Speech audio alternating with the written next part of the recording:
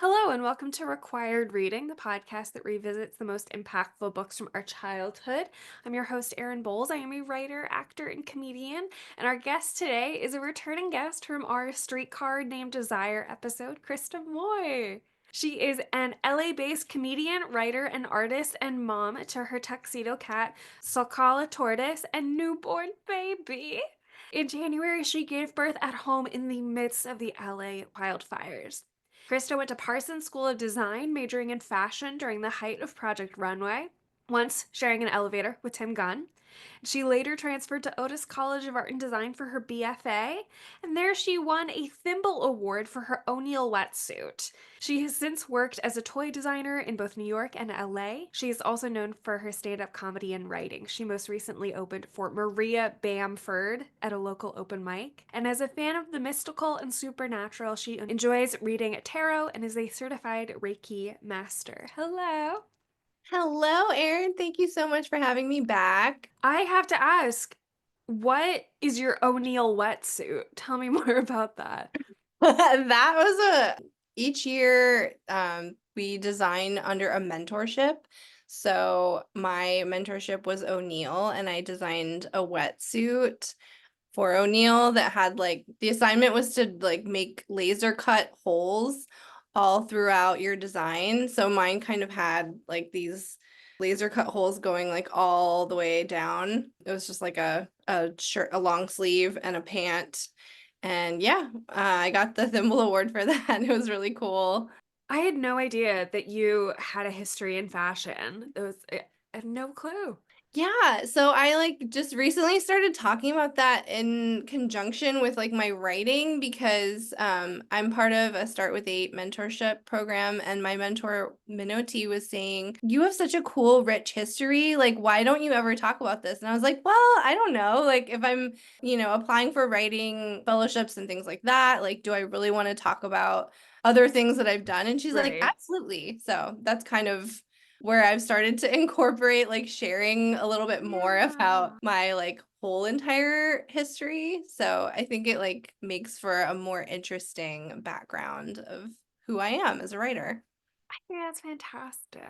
Our book today is from 1954 by William Golding, Lord of the Flies. Yes, such a classic. So, 1954, a little history, is the year of firsts everywhere. It's also the year my dad was born, shout out. But I think the biggest thing is Brown v. Board of Education passes, which says that segregation is unconstitutional. What surprised me, it was a unanimous vote. That is really surprising to me that Hmm. I don't know, anything would ever be unanimous. But there's first mass vaccination of kids against polio in Pittsburgh. Elvis's first single, That's All Right, comes out. It's the first Burger King opens. There's the first TV dinner sold. The first Godzilla movie comes out. Wow, And Godzilla. yeah. And then a little bit about William Golding. This was his debut novel. Insane. Hmm. Yeah. Um, his father taught science at his school, and his mom was a suffragette who told him, I think, Cornish ghost stories as he was growing up. He was a teacher for 16 years with a 5 year break to be in the Navy for World War II. He's at Normandy on D Day. And there was apparently the editor removed an entire early section about the characters evacuating a nuclear war. And there's little tiny elements of it throughout, but not Hmm. much. And apparently, this book was, and they even reference it in the last two pages. This book was like a direct response to a book called The Coral Island, which is about Yes. three boys who crash land and through Christianity and imperialism civilize this Hmm. island. And William Golding, which this makes sense coming from a man who was a teacher for 16 years, said, no, that's not what Yeah. would happen. So, what is your story with this book? How did it come into your life? So as I was telling you when I signed up for this, I don't actually remember pretty sure it was in high school. Maybe 10th grade, maybe 11th grade. I'm honestly not sure. All I remember is the impact that it left on me, that it just haunted me. Just the whole Piggy character and Simon, like they're like the savagery of these children, I was just aghast. I was like, wow, this book is wild, truly wild.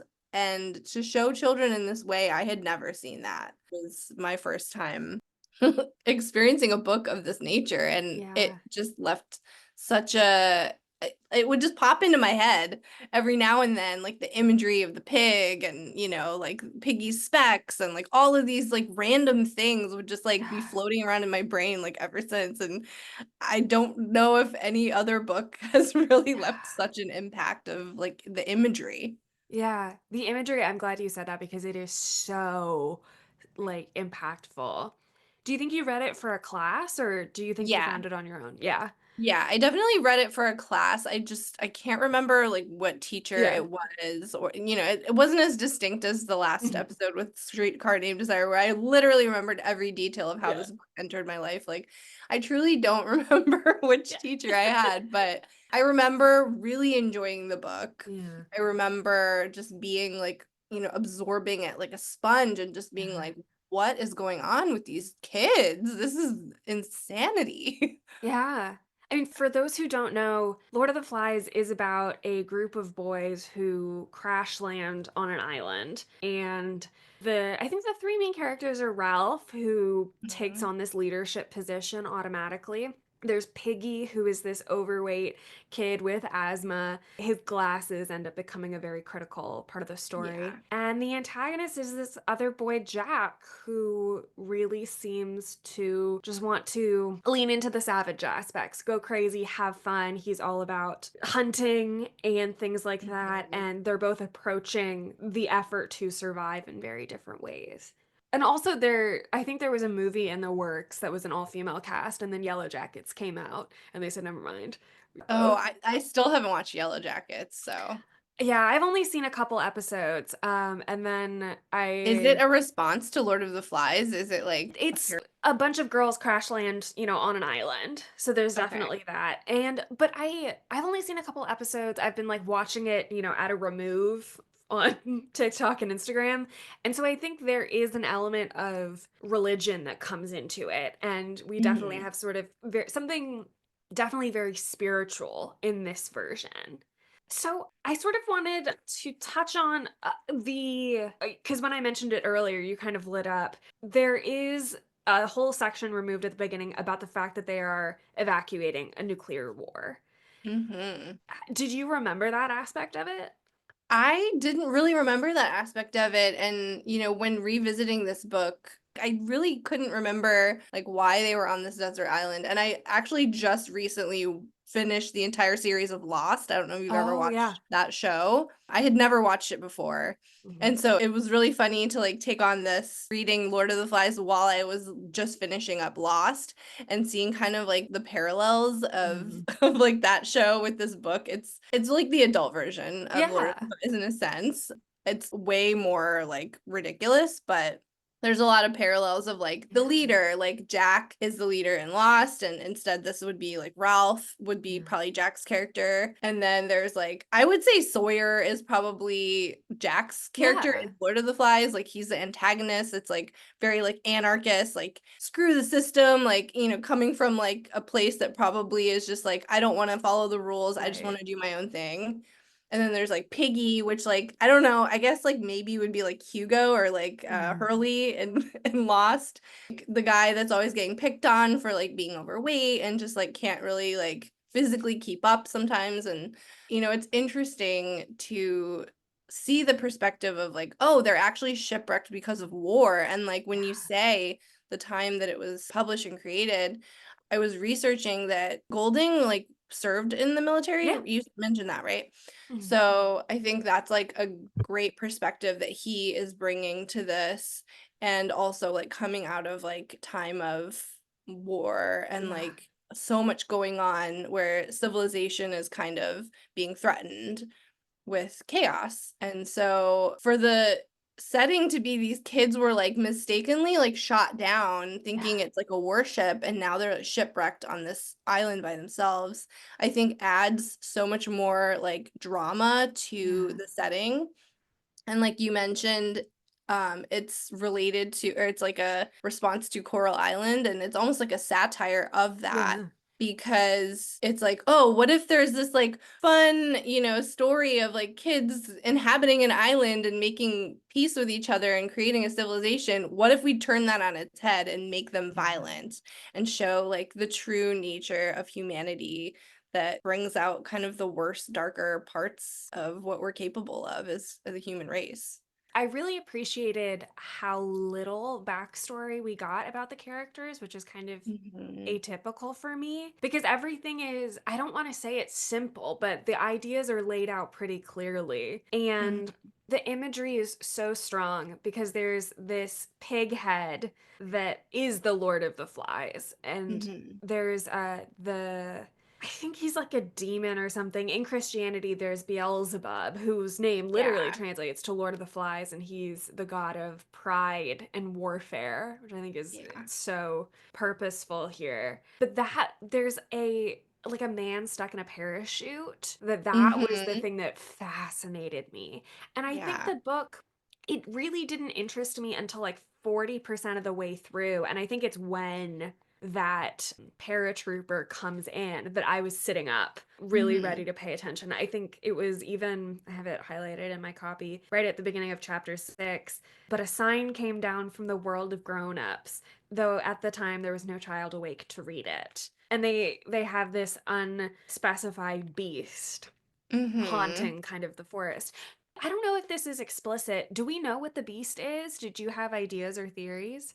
I mean, they like think that it's like a snake at first, but then I think it just becomes it evolves into like, is there a ghost? Like, are we being like this like Yeah. sort of mystical, supernatural explanation for the beast like kind of evolves. And so I was kind of like similar to the show Yeah. Lost, not to keep talking about that, but like No, good. it's sort of this like what is going on and like is it something to like that's gonna physically get us or is it Yeah. like this supernatural like ghost sort of thing that's going on which makes it even like spookier and really freaks out the little ones. And I think that as a society like it kind of just symbolizes like a fear that Yeah. starts like when you're either young or older, like you can just get scared of something and it's like the symbol of the beast of just that Yeah. this is what we're all afraid of and it's like Yeah. that unifying thing that everyone is just like we've got to like figure this out. What's the beast? How do we, and they even offer like this is an offering to the Yeah. beast so that That's the we'll pig be head. left alone. Yeah, the pig Yeah. head on the steak, which is like kind of ridiculous. Like a beast, if it were truly like a wild animal, that would Yeah. not be like a sufficient offering. Yeah. I think I sort of thought of it as like there's this really young little one, like you said, who has a Hmm. birthmark on his face who goes missing after like the first day. So I think in my mind it was like maybe it's him, maybe it's just this dead paratrooper that I think Simon Mm-hmm. comes upon and is like bright blue and it's kind of waving and snapping in the wind. But I think as much of it is about humanity and savagery, I was surprised how much Ralph, the lead character, and Piggy, who's his, right hand man, are this embodiment of a desire to control the uncontrollable. Hmm. You just got shot down and you're trying to bring order and sense as best as you can. And of course, that doesn't survive in the Hmm. midst of it all. Yeah, I mean, these little kids are like little kids, they need adults to protect them for a reason because it's like really hard to, they tried their best to act like Yeah. adults. And even Piggy says, repeatedly throughout the book, you're acting like a pack of kids. Yeah. Look at you, like a pack of kids. And it's like they literally They are a are pack of kids. kids. And for Yeah. Piggy to judge them is very ironic because he is truly a child as well. But I think he's the character that symbolizes like that very like buttoned up, like Yeah. civilized, adult like person that, just wants the most order. He loves rules. He's like, as long as we have rules, we'll be okay. And then there's like the complete opposite spectrum of Jack, where he's just like, no, like I'm just gonna run naked and like paint my Yeah. body and like kill and hunt. And meat, meat, just like shouting meat like all the time. Yeah. Very primal. Yeah. I was very much picky. Loved rules, loved order Yep, and same. systems. But I think the older I get, the more I am like, wouldn't it be nice for a day to be Jack? Wouldn't it be nice and like Mhm. safe control? Again, it's all about control. Yeah. Controlled situations where I can lose my mind. And Hmm. I think that's very appealing, but also frightening. Yeah, it's It, definitely intriguing. And I think that's what like caught me the most about this book is just the sort of like fantasy and freedom of like, and they do talk about that as like a response to the Coral Island because it's like this common thing of wanting to be shipwrecked, wanting to just be on an island by yourself with like no civilization, nothing, and be able to do whatever you want. But then it's like, well, if that actually happened, like that'd be terrifying. yeah, So, there's a pull and a draw toward that, but also it's like, okay, when does this end? If you're yeah. actually in the situation, Piggy says, like, I forget what chapter, it's like later on in the book, he's like, I just want to go home. Like, I just want, they fantasize now about being clean and taking a bath and like being able to like brush their hair and like all these things that like for kids, that's kind of an annoyance when you're little, you don't want to brush your teeth. You don't want to like bathe and all that, but it becomes something that they long for and it's like the flip side of the fantasy. Yeah.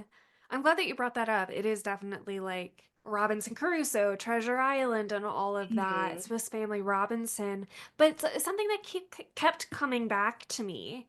Who do you think the audience is for this book? So many, I never read it in school, but so many people do.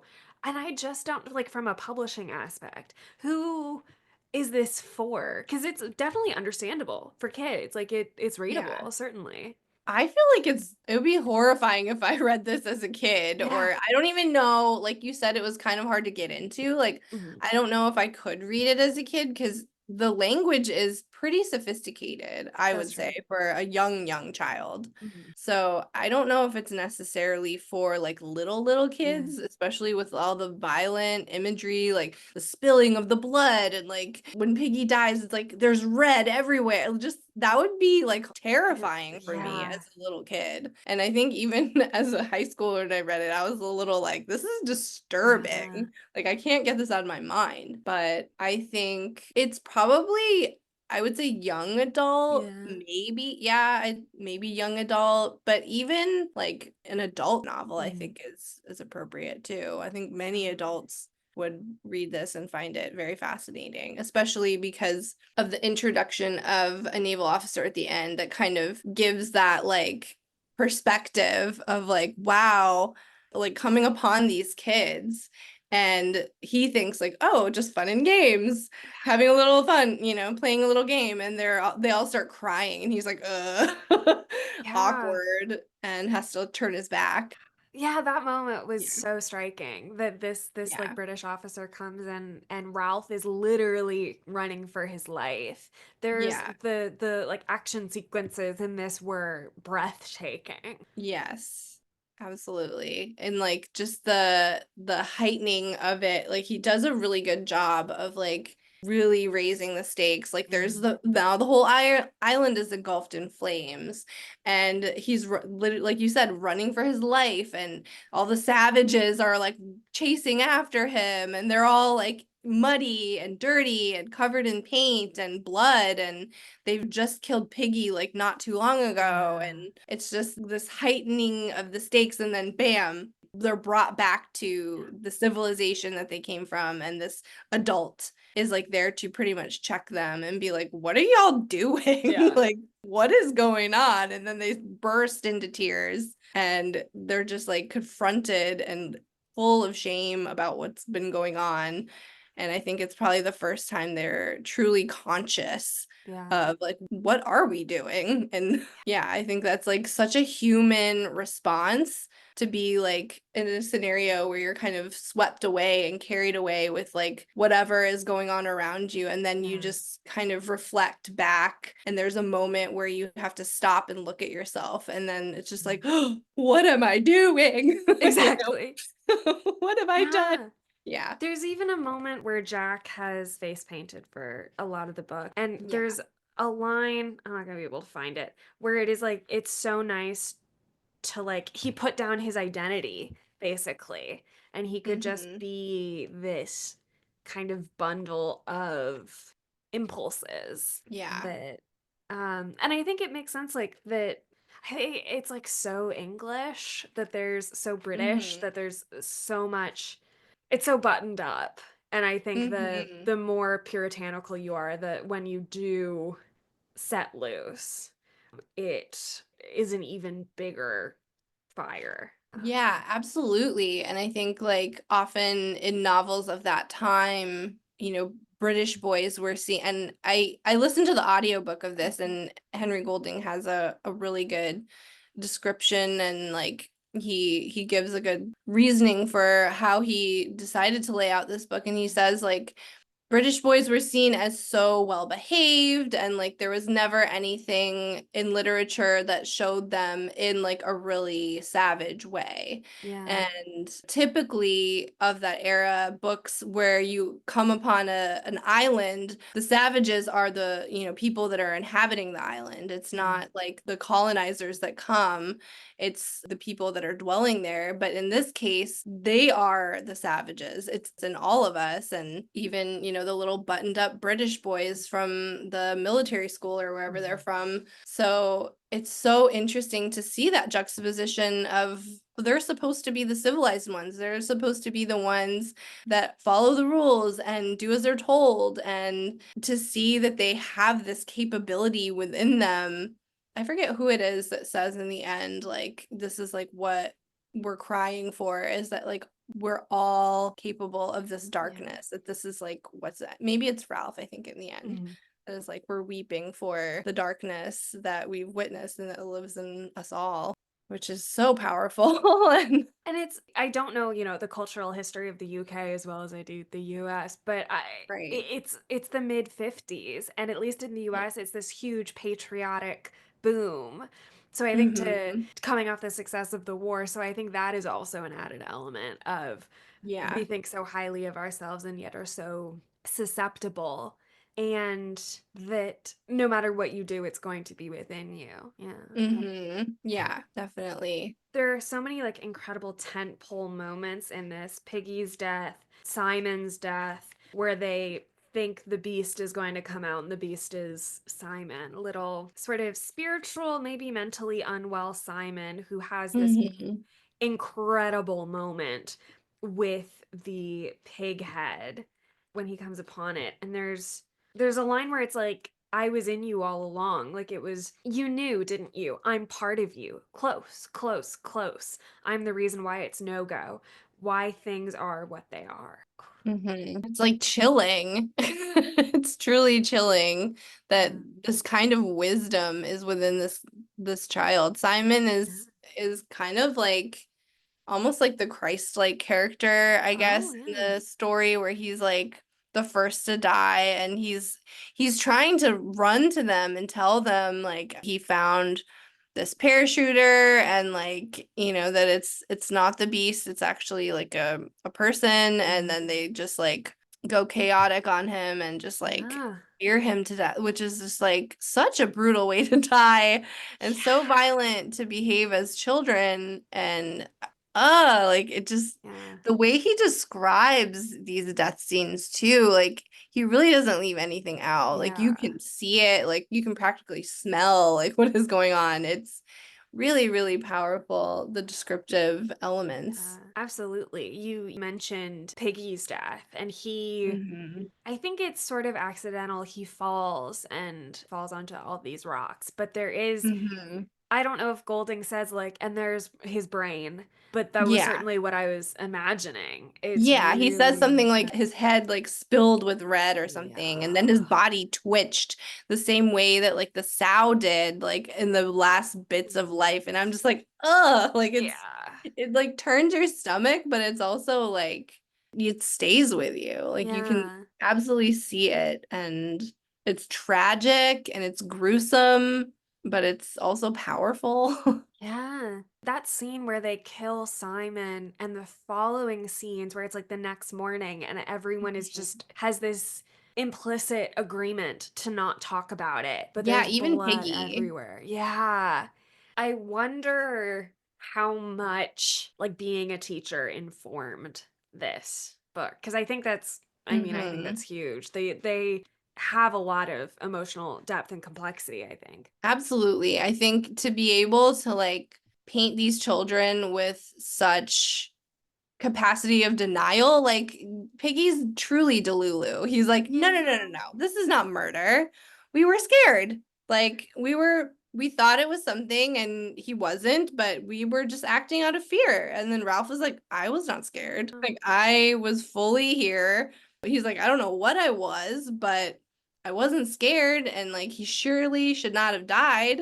So he was, I think, the only one crying about what Mm-hmm. happened and just really emotional. And I think probably as he saw himself as a leader, he felt a sense of responsibility Definitely. for the lives of the other children because he's like, I'm supposed to be in charge and like look at Yeah. what happened. Yeah. It's those moments where you're reminded that they're children because they're bickering. I want to be Yeah. in charge. I don't want to play by your rules. I just want to go Yeah. crazy. Those are really kind of devastating when you're reminded of. Yeah, and I think like in the beginning, he does such a good job of setting the scene of them being children with like even so much as calling them Piggy. I remember being like, Yeah. that is so messed up that he confides in Jack, like, yeah, they used to call me Piggy in school, but that's the only name I don't want to be called. And immediately, or I mean, Use sorry, it. Ralph, he tells Ralph this. And Ralph is like, oh, this is Piggy. And There we everyone go. starts laughing. And it's this whole, and he was like, dude, like I told you not to call me Piggy. He's literally never referenced by anything else for the Never rest find of out the his book. name. Yeah, we Yeah. never know his true name, which is really sad. And I've always like had such a soft spot for Piggy, even though he's a little bit annoying at times. I'm like, that was me. Like I was definitely the kid that was like the outcast and like trying to play by the rules and I feel like a sense of like protectiveness of Yeah. Piggy and the way he has to like demand like I have the conch, like everyone listen to me and nobody really cares. Yeah. They're like whatever, like shut up. Like you who cares that you have the conch? But yeah, the way that they all tease him in the beginning is very childlike. Yes. Then it kind of escalates into really like violent and gruesome behavior. And then he always brings it back with little moments that remind you they are children. And Yeah. these are not, adult, like they're acting like adults. They're acting like they have full control and they want control of each other. But in the end, they're just little kids. And like, what is the difference of them acting this way and like playing pretend? Like it's kind of like when make believe goes way too far. Yeah. I'm glad that you brought up the conch because it's the talking stick for Yeah. the kids. And so it's very early on, it's a huge symbol and piece of imagery throughout. And I completely understand this of like when it is proposed, of like you can only talk if you have the shell. That's how we're gonna do it. That's how we're gonna impose order. And immediately Mm-hmm. everyone's like, that's childish. That's silly. We know this Yeah. is made up. We know we can just talk even Yeah. without it. So I think that was interesting of like even trying to put into place a structure, it feels false. Mm-hmm. It also kind of, as an adult reading this, I'm like, there's so many rules of being an adult where I'm just like, that's dumb. Like, Yeah. who made that up? But I feel like so many of our rules as adults feel the same as like a conch. And it's like, you just wanted to make that up so that like people couldn't talk when they wanted to talk or whatever it is. I think that that's such an interesting perspective as an adult and as a mom now that I have of this book that I don't remember like really grasping how it relates back to adult behavior. Yeah. It's like a mimicry of being adults and like you said it's a silly rule that Yeah. like obviously everyone can talk without the conch. But Piggy is like he rides the hardest for the conch. Yeah. This is the rule that I believe in the most. And everyone, like, come on, like, shut up, you guys. I've got the conch. And they're like, whatever. Like, Yeah. who cares? Oh, I But was so that kid of yeah. stomping my feet and like it's not going the way I planned. And Yep. oh Listen to god. me. Yeah, Exactly. Oh gosh. totally. Yeah. Poor Piggy. Poor Piggy. And he has the like he has his glasses which they use to light fires. And Yeah. it's like again a great image, but it's so interesting that like the quote weakest of them all because he has asthma and he can't run has this absolute Mhm. key and Yep. huge like survival advantage. Yep. This book is often banned or challenged, which Mhm. I kind of understand from just the incredible amount of violence and imagery in the Yeah. second half. Understand, not condone the ban, but Yeah. understand. But I think I also saw mention of like it is such a dark and pessimistic and like fatalistic view of Mhm. humanity that I wonder if there's any kind of like notes of hope in it. Is that the kids bursting into tears at the end and the recognition? I wonder if there's any hope Mhm. there. Yeah, I think to me, it seems like there is that burst of hope at the end because they finally are confronted with themselves. Mm. As an adult, there's so many times in my life where I've been confronted with myself and like, what am I Mhm. doing? Like, what path have I, found myself on? And I think in these times that we're in, these very trying Yeah. times of just like, what are we doing? What chaos is happening? I hope that we too have our, crying on the beach moment as a Yeah. as a society where we can finally stop what we're doing and look at ourselves and be like, what is happening? How did we get here? And feel that sense of shame that all the boys kind of have when they have woken up from their, I guess, fever fantasy and realize like people are dead. Yeah. Yeah, I We've wonder committed atrocities. what that plane ride back is. And we don't really Yeah. know. So like Jack's kids are they're like I think it's so funny that they are like this embodiment of kind of the masculine or rather the savage, which we Yeah. associate with the masculine. And yet they're like all in their like choir uniforms and they're singing. And Yeah. I mean that's a cultural like UK American difference, but that was so Yeah. like even having not read the book knowing the direction it's going to that was really surprising and I was also like I just now in talking about it realized that like they'll get back. I think Piggy's parents are already dead. He's living with an aunt. Yeah. So there if the aunt has survived, you know, whatever the nuclear apocalypse, no one's gonna know Piggy's real name to tell his aunt that he died, Yeah. you know. Exactly. They'll just be That like, "Oh, Piggy." yeah. And I feel like Piggy's the only one that really has like some semblance of a backstory. Nobody really has like anything that they talk about from the before times. Mhm. Piggy's the only one that's like, "Oh, my auntie, my asthma, like I was never allowed to this, like because my asthma." Yeah. I think And someone, maybe Ralph mentions that his dad is in the Navy or something like yeah, and that. that's like pretty much it. But it's not Yeah. like this thing that he goes on and on about. Like Piggy's Yeah. like constantly like my auntie. Like Mhm. you're so right that who's gonna even know to say like, yeah, he's dead, and it'll just be like this mystery of like what happened to Piggy and or whatever his real name is. Yeah. So sad, so tragic. It's such an incredible, you know, 187 page tome that Yeah. does so much. And I do kind of wish it had led it, like, leaned into the mysteries and sort of the Hmm. oddities of the parachute and things like that. But Yeah, that's I never really explained. yeah. There are some interesting moments really early on when they're first getting sort of situated that really spoke to me as a hallmark of childhood. Ralph says, "This belongs to us, this island." And Hmm. then this is about the I think the whole group. Eyes shining, mouths open, triumphant. They savored the right of domination. They were lifted up, were friends. Hmm. That right of domination, of asserting your own space and your own control really spoke to me as childhood. Yeah, that's definitely like a child fantasy and just a human fantasy. I think like Yeah. we all want to find our bit of triumph in life and like some place that we can have control over in this world where as we grow, we have less and less control maybe of what Yeah. we can do. But I think that is such a childlike desire that is so beautifully put in the beginning. Yeah. And even just like the description of the island, and they're going to explore and like figure out like where we are, like they aren't even sure if they're on an Yeah. island, and then they go to the mountaintop and then they're like, okay, this is water all around. We actually are on an island and we have to focus on rescue.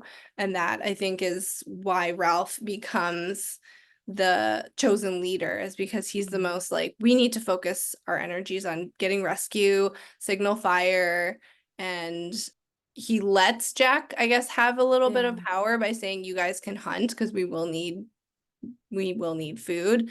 And I think that is maybe like the first Yeah. downfall of them as a society, is Mhm. Jack becomes drunk with this power that he's given, and then he just like overtakes everything and becomes like a total anarchist and wanting to in the end kill Yeah. Ralph. So, Yeah, and it's interesting that the thing that kind of galvanizes him is that Ralph, who does not really want to be in charge, I think that's always sort of the way it goes. mhm. But it is like, oh, I'll throw him a bone. This is important to him. I'll let him do that. It's Yeah. kind of a generosity of like, you don't actually have any power here, but I'll let you have this. Yeah. Everyone And obviously wants me, but I guess exactly. you can have your little club. Yeah. You It's know. yeah. I find it fascinating researching this a few days ago and learning that this book was submitted like 20 something times, Mhm. getting rejected like 20 something times before it was finally published. And I think that's very telling of the time period, that this is a very, like you said, controversial book, sometimes banned, and shows such a violent nature of children that is extremely enticing. Mhm. But I can totally see where people would be like, we cannot publish this Yeah. book. Are you kidding me? This is lunacy. Yeah, the best books are the ones I can talk about least. It's like Yeah.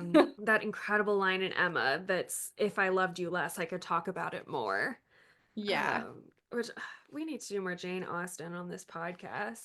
We've only done Pride and Prejudice, work through all of them. Yeah. Whatever. I don't know why the little ones getting Mhm. like eating like a bunch of bad fruit and like getting Yeah. diarrhea and like pooping themselves like stood out to me It as did though. just, I was just thinking about that. I was yeah. too.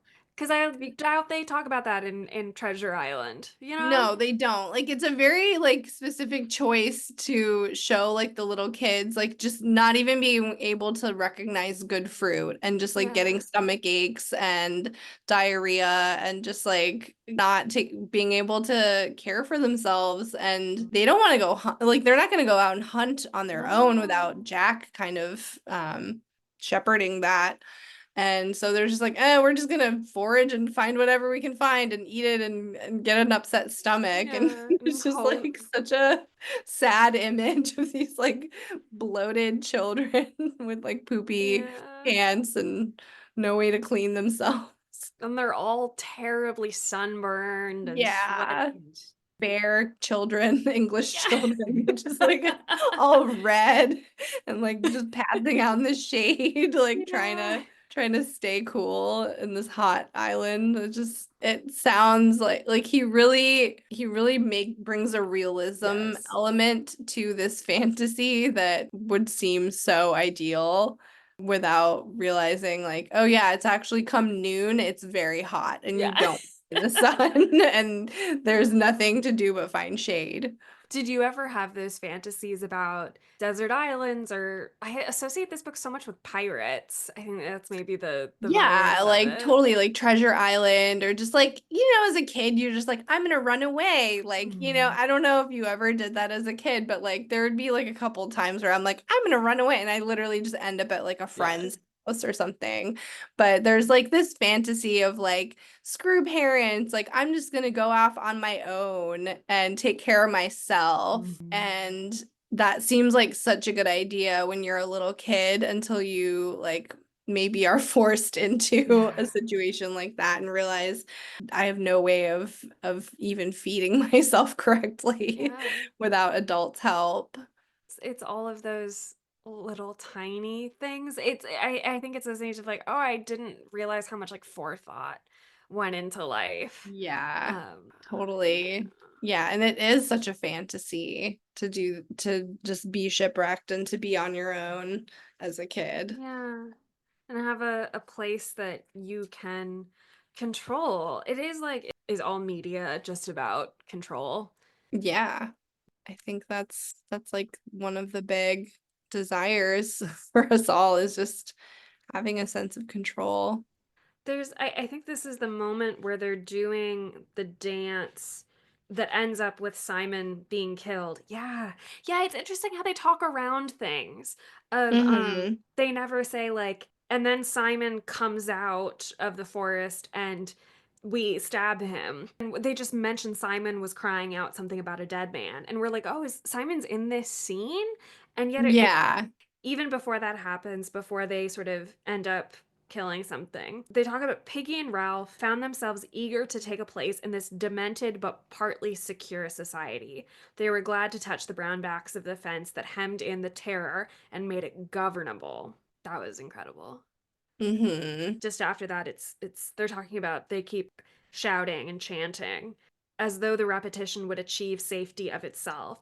There was the throb and stamp of a single organism. It's like the total mob mentality that Yes. takes over and just almost like I want to say it's like compliance, but like not even like they're being told what to do, but I think Yeah. there is that like mob mentality of compliance where you're just like swept away with the Yeah. situation. And I think that's what Piggy is like trying to describe in the Mhm. aftermath of Simon's death to Ralph. He's like, Mhm. we can't be at fault for this. Like we were just like in the moment. We were scared and it was a storm. And I think like even he doesn't realize like that this was really wrong to do because Mhm. in the moment everything's so chaotic. There's a lot going on and I'm Yeah. sure maybe it didn't happen that fast, but like Mhm. in hindsight like it seemed like oh it happened so fast and Yeah. we didn't know and I think they were just in such a primal, like Yes. unconscious state that they didn't even realize what's going on. And when you're put in situation like I I recently gave birth Yeah. at home in January and I remember like being in like a very primal state Yeah. when like once my water broke like my body just like started reacting and like you just kind of like lose control and I went like somewhere that like I truly have never been and I like I was almost observing what was happening to Yeah. me and observing my life and not comparing like what these children are going to childbirth but just kind of that like when you like reach that Yeah. edge and that point of like am I beast or man and you're not really sure. I think that's kind of the edge these kids were pushed to in this situation where they were just sort of like overtaken Yeah. by these primal urges and they just like let go Yeah. and found themselves like murdering this innocent boy, Simon. Yeah. I think a lot of people look at this text, or at least I think I've heard it. People say, like, well, if it was all girls, there's no way this would happen. And of course, there's yellow Yeah. jackets. Do you Yeah. agree with that idea? Because I don't think I do. I think it would go better, but Yeah, I don't think I do. I think Golding does talk about that in the introduction of Mhm. his audiobook, and he says the only reason I don't write about girls being here is because I've been a little boy. So that's like the only perspective I can really offer. And then he wanted to make sure that like this wasn't about sex. So he Yeah. didn't make it like a boy girl inhabiting this island because then he would have had to introduce like that Yeah. topic. And he's like, it's not really about that. This is Mhm. more about like who we are as people and the capabilities of what little boys could do Yeah. on an island. And so I think that it definitely could have the same Mhm. like scenarios Yeah. for women. I think I'd like to think that women are more peaceful, but Yeah. I think people are Yeah. people, and when you reach a point of when it's like survival and you're trying to establish power or assert your own power, I think that that very much can apply to little girls as well. I think it would Mhm. probably be even more interesting, Yeah. in my opinion, if to see little girls do this, because even more so, Yeah. girls are expected to be, well behaved and, not at that time, especially, not Yeah. speak out of turn and just be very like demure and very like proper and pretty and manners and all these things. Etiquette was very much pushed onto girls of the time. So Yeah. It would be different, but would probably end up in a really similar place. Yeah. yeah. Yeah. It's not like from Golding, but there's a little after section that Golding described this theme or the book as the theme is an attempt to trace the defects of society back to the defects of human nature. The moral is that the Mhm. shape of a society must depend on the ethical nature of the individual and not on any political system, however apparently logical or respectable. I think that's very Mhm. current. Yeah, I definitely think like his experience in the military service Yeah. plays a big role, and also, both the teacher and the military experience, Mhm. because just with the ending when the naval officer finds them and he's like so unable to hold space for their emotions, Yeah. embarrassed and like turns his back on them. He's like, this is too much. Like, you little boys are very emotional. I cannot deal Mhm. with this. But yet, like, he's probably seen so much worse in war. Yeah. And the fact that he's like judging them for being so uncivilized when he's literally like an officer of like war and chaos Yeah. and destruction, like that's his job title. And because it's not in this like the setting of, the military, then all of a sudden it's considered like improper, which Yeah. I think is very ironic and such a telling of the theme Yeah. that Golding was trying to convey. Yeah, I mean, he was there on D-Day. You know, he was on the beaches on Normandy to my Yeah. research. And yeah, so it's so I just keep wanting to say everything's so British, but I think it's so It is. interesting that he turns his back. He sees these like, I don't know, dozens of crying children and is like, "I'll give you a moment to work that out." Rather Yeah. than like how do you see a 10-year-old who's so traumatized and not like hug him? Yeah, and they literally just confessed to murder. He's like Yes. he's like, "Yeah, only two have died." He's like, "Two? Like Yeah. what? How?" And then they all just like start sobbing. It's like Yeah. no comfort, no like empathy, impulse, nothing. Just like, "Okay, this is Yeah. weird. Let me just give you a moment, compose Yeah. yourself." Those kids are gonna be so messed up. So Yeah. messed up. They're gonna need so much therapy. Oh my gosh. Absolutely. Yeah. Would you consider required reading? I think so, because Mm. just because Lord of the Flies is such a reference, Yeah. I've heard it so much in like pop culture and like in Yeah. general in literature, because it is that, like I said, it's like Lost but like with Yeah. little kids. So I think like I don't know, maybe there wouldn't even be a Lost if there wasn't a Yeah. Lord of the Flies. Who knows? Like I 100% agree. Yeah. yeah, it's definitely like a unique and classic Hmm. shipwrecked story that Yeah. really, I think, needed to be told and still is applicable to this day. Like, I really enjoyed it as an adult rereading this, and I think it very much applies to the Yeah. chaos of our society today and how things can just like spin out of control. So, yeah, definitely required reading. I agree. I mean, it's a classic for a reason, and it's so short. Yeah. It's really worth the time. Yeah. Is there anything you'd like to plug as we're here at the end? Not really. Just Yeah. being a mom now. Hell yeah. Yeah, hopefully I'll have some stuff coming up. But yeah, you can just follow me, I guess, on TikTok, Krista.Moy, and Instagram. Those are my main two. But yeah, This was such a delight, so much fun to go over this fun book. Me too. Okay, I will end the recording.